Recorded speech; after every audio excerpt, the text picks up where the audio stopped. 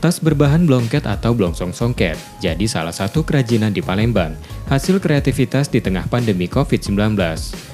Berbeda dari bahan tas umumnya, tas yang diproduksi komunitas kreatif difabel Palembang ini menggunakan bahan kain yang harganya mahal. Para perajin difabel ini membuat tas hampir sama dengan pembuatan tas umumnya. Bahan blongket dipotong sesuai pola, lalu dijahit dengan mesin membentuk pola tas. Setelah itu dipasangi beberapa perlengkapan lainnya seperti tali tas. Produksi tas ini sudah mulai dilakukan sejak 2 tahun terakhir. Awalnya pemasaran tas blongket dilakukan secara individu yang sifatnya lokal oleh perajinnya. Belakangan karena pandemi COVID-19, pemasaran dilakukan daring. Kedepan, pemasaran tas blongket ditargetkan mampu menembus pasar mancanegara. Bisa internasional, harapan saya. Yang penting ini jalan dulu,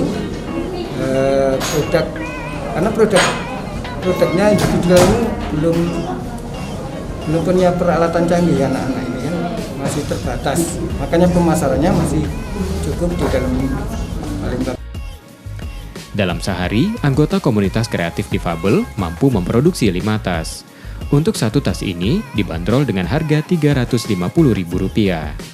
Nur Muhammad, Kompas TV, Palembang.